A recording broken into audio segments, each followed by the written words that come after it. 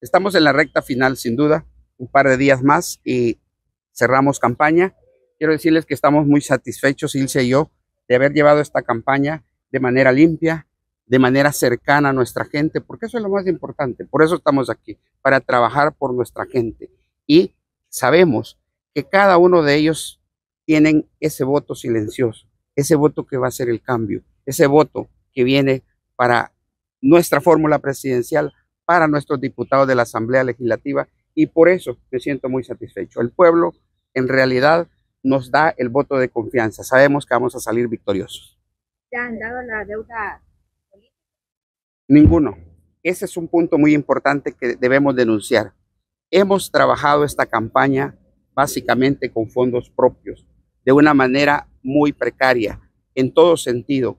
¿Por qué? Porque ha habido no nomás un vuelco total del aparato del Estado para podernos meter miedo, para podernos bloquear lo que es la deuda política, para podernos bloquear a los donantes. En realidad ha sido una campaña muy atípica que nos ha costado mucho. Ilse y yo hemos puesto nuestros fondos propios para poder llevar esta campaña. Los diputados han hecho lo mismo. Así que creo que es muy importante denunciar que hemos estado en una campaña desleal, en una campaña donde no hay balance, donde el aparato del Estado está volcado inclusive a dar víveres en tiempos electorales. Y tenemos un Tribunal Supremo Electoral callado, que no dice nada. En realidad, creemos que es el pueblo salvadoreño que nos va a dar ese voto de confianza, pero de manera voluntaria, sin ser coaccionado. Me gustaría que él se pudiera hablar sobre una propuesta muy importante, aparte de la economía, la parte de la mujer, la parte de lo que viene siendo la salud. Bueno, hola, buenos días. Mi nombre es Ilse Bonilla y como ustedes saben, nosotros principalmente caminando territorio, yo he logrado caminar los 14 departamentos y la manera precaria en que la gente está viviendo en este momento, una economía súper mal, la canasta básica cada día subiendo más. Para nosotros va a ser algo primordial. Una vez lleguemos a la presidencia, sería lo primero que nosotros tocaríamos, ¿no? Trabajar con la economía, pero además de eso, nosotros vamos a ir al Hospital Rosales y quitar esas 4 piedritas que este gobierno ha puesto y vamos a terminar esos hospitales. Nosotros sí vamos a venir y trabajar para nuestra gente, porque la gente se queja que no tienen hospitales donde ir, no tienen medicinas en los hospitales. Y muchísimas de estas personas también se quejan que no pueden conseguir tan siquiera una cita para ir y poder a ver a los doctores. Así es que para nosotros el trabajar con los hospitales va a ser muy importante. Además de eso, nosotros queremos crear hospitales infantiles o un hospital Bloom en la zona oriental y en la zona occidental. Para nosotros es muy importante ese proyecto. ¿Por qué? Porque todos los salvadoreños necesitamos salud. Y esta gente que está viviendo en el occidente o en el oriente no tiene la misma oportunidad para poder llegar al Hospital Bloom. Hay muchísima gente humilde que no tiene o no alcanza para un pasaje. Así es que para mí eso va a ser algo muy, pero muy bonito el lograr que nosotros trabajemos en estos hospitales. También vamos a trabajar con los agricultores. ¿Por qué los agricultores? Porque los agricultores son los que traen la comida a la casa. Ellos son los que trabajan en todas nuestras verduras.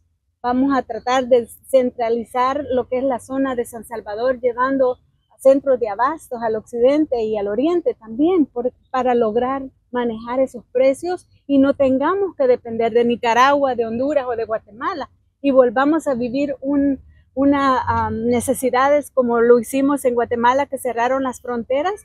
Entonces nosotros queremos que nuestra población tenga su propio fruto acá en el país. Traemos muchísimos proyectos y eso lo vamos a lograr porque la gente nos va a dar el voto. Créanme que la gente está contenta con el regreso de Arena y les pedimos que este día 4 de febrero salgan a votar y que no tengan miedo. Bueno, en el discurso que brindó el presidente Nayib Bukele, donde pedía el voto para él y los diputados, mencionaba que de no ganar nuevas ideas, ustedes iban a soltar a las pandillas. ¿Qué opinan? Yo opino que la realidad es otra. La realidad está allá afuera. Si estamos viendo, los cabecillas han sido liberados por el propio gobierno. No lo digo yo, lo dicen todas las noticias. Entonces, ¿quiénes son los que sacan a los criminales de la cárcel? A los cabecillas. ¿Quiénes son los que pactan con estos grupos criminales? Es el gobierno. Así que es al revés. Creo que la campaña de temor, de miedo hacia la población salvadoreña lo hacen de manera desesperada para poder confundir al pueblo, para que la oposición sienta el mismo temor y desista de esta campaña. Pero miren la importancia de tener una fórmula presidencial, una mujer, un hombre, que vamos a luchar por todo nuestro pueblo salvadoreño en todos los segmentos. Nosotros vamos a trabajar porque la justicia llegue a este país, porque los criminales se mantengan en las cárceles, pero necesitamos una ley permanente, una ley que respete los derechos civiles de los ciudadanos. No podemos tener salvadoreños inocentes tras las rejas, sufriendo, se destruyen las familias, no se ha creado ninguna plataforma de prevención para este tipo de criminalidad. Así que es muy importante recalcar quiénes son los verdaderos pactadores de las pandillas: el gobierno mismo, esos criminales de cuello blanco que deben de pagar por sus hechos. Pues varios que los apoyan están diciendo de que, entre ellos Ronald Umaña, que habría segunda vuelta, y en esa segunda vuelta.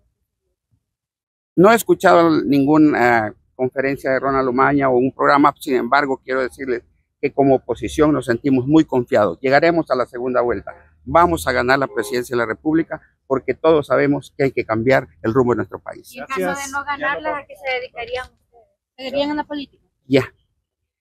Seguimos, claro que sí. Muchas gracias. Con permiso. Yo me siento feliz, entusiasmado, y me siento con las pilas recargadas. A 4 días de las elecciones prácticamente hemos cumplido, más allá de las expectativas que muchos pensaban no se iban a cumplir. Encontré a mi partido en 0.2% y ahora, según datos, andamos arriba del 17-18%, creciendo todos los días. Por supuesto que por eso es la preocupación del gobierno y de su partido que no existe, porque es el gobierno el que anda haciéndole campaña, regalando comida, comprando votos, regalando abonos, regalando semilla en enero. Cuando han visto que en enero se siembra en mayo, y en mayo no va a servir ni el abono ni la semilla, porque andan desesperados comprando votos, regalando cajas de comida a nombre del presidente, y el tribunal tranquilo, calladito y complaciente. ¿Se le entregó la deuda? No, estamos sin deuda, hicimos campaña con el corazón. ¿Cuál es su valoración acerca de esta campaña electoral?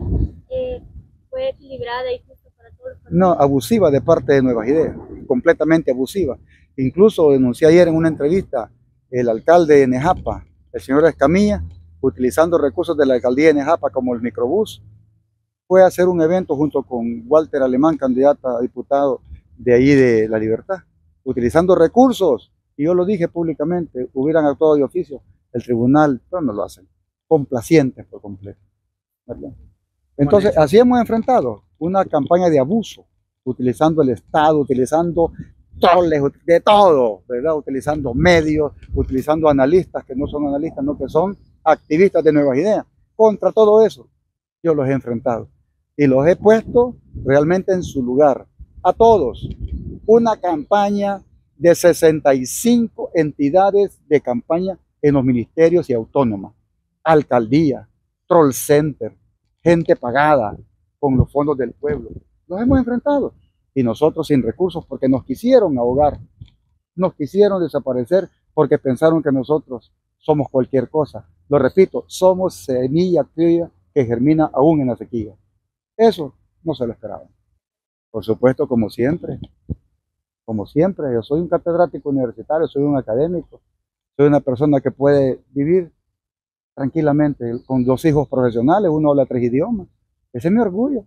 Ningún hijo anda hablando que su papá no sirve, ¿verdad?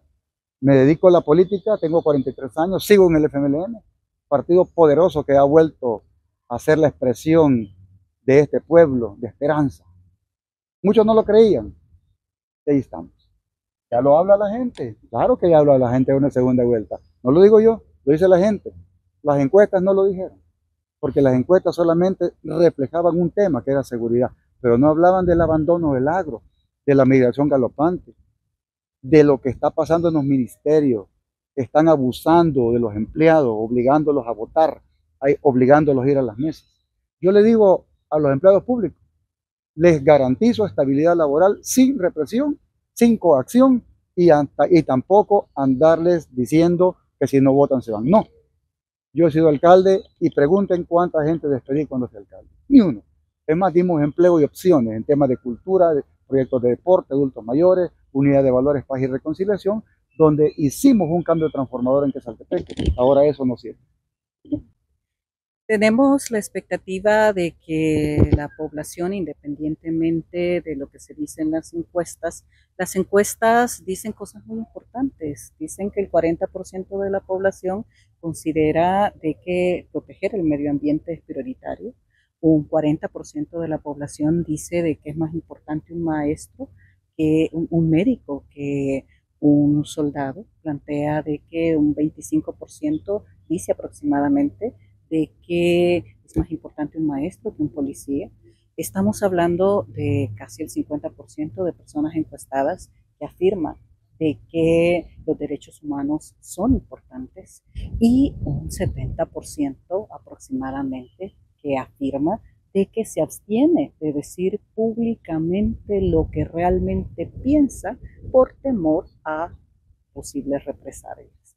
Esa población que además tomemos en cuenta un 20% que plantea de que estaría pensando anular su voto o un 40% que estaría negándose a decir cuál es su preferencia al momento de votar. En su conjunto, las encuestas nos están dando un panorama que puede, en el momento del 4 de febrero, dar un cambio significativo a la continuidad del autoritarismo que estamos viviendo actualmente. Es sumamente peligroso darle más poder a quien ya tiene casi el poder absoluto.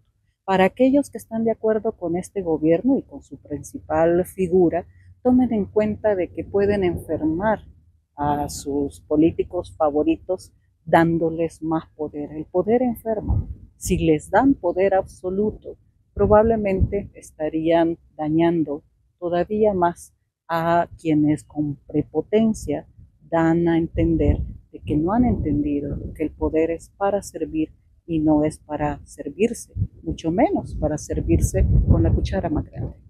No hay una sola declaración de alguien de la oposición política democrática que haya afirmado que liberará pandilleros.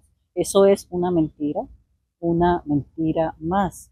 Quienes han liberado pandilleros, de acuerdo a las investigaciones del Departamento de Justicia de los Estados Unidos, son funcionarios de este gobierno, funcionarios del gobierno de Nuevas Ideas. Son ellos los que cada vez queda más evidente que no solo liberan pandilleros, sino que les dan armas y se los llevan en vehículos públicos a la frontera de Guatemala, y que cuando esto es conocido gracias a la prensa independiente, llegan a acuerdos con el cartel de Sinaloa para poder recapturar a alguien que ellos mismos han liberado, un líder famoso de los principales liderazgos pandilleriles en El Salvador. Quienes han liberado pandilleros son ellos. Una mentira más el pretender coaccionar, chantajear, extorsionar a la gente diciéndole de que si no vota para que ellos se consoliden en el poder, para que tengan más poder del que ya los ha enfermado tanto, liberará pandilleros, cualquier otra opción política democrática. Es falso, es mentira. Nadie de la oposición política democrática ha hablado ni habla de liberar a pandilleros. Sí hablamos de respetar los derechos humanos de la gente y sí hablamos fuerte y claro de que nadie inocente debería de estar preso y que nadie inocente debería de morir en la cárcel por los maltratos y las torturas que se están cometiendo dentro de las prisiones. Celia, ¿qué balance puedes hacer de la campaña? ¿Cómo les ha ido? ¿Qué han visto? Y también de la deuda política.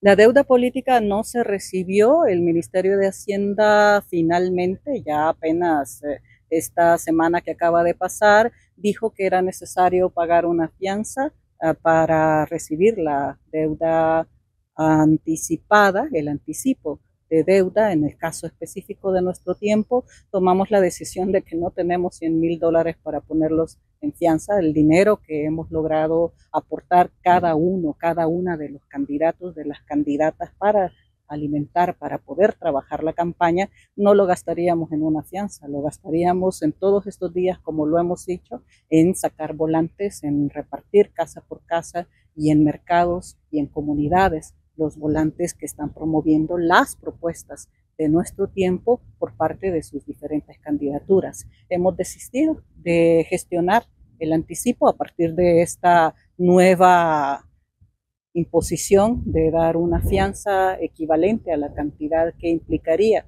el anticipo de deuda política. No hay una base para poder tomar esta exigencia por parte del Ministerio de Hacienda, pero también ha sido una campaña irregular, una campaña en medio de un régimen de excepción, una campaña con muchas personas que tienen miedo de decir realmente de que estarían apoyando las propuestas de nuestro tiempo, y una campaña en donde hemos sido contendientes de un candidato que sigue siendo presidente y hemos tratado de difundir y de dar a conocer a la población nuestras propuestas en medio de una millonaria campaña que ocupa los recursos del Estado para el proselitismo electoral de sus diputados y de su candidato inconstitucional. Difícil el panorama. Es muy difícil, lo sabíamos. Sabíamos perfectamente que estaríamos enfrentando en un momento tan difícil donde la democracia está muriendo en El Salvador, la institucionalidad democrática está cooptada o sometida a poderes que controlan Casa Presidencial. Sabíamos que esto era un reto, sabíamos que era difícil y sabemos, independientemente de los resultados que se den el 4 de febrero, sabemos que estamos al frente de una lucha muy difícil y seguiremos en esta lucha porque creemos en la democracia y estamos comprometidos con el respeto de los derechos humanos de todas las personas.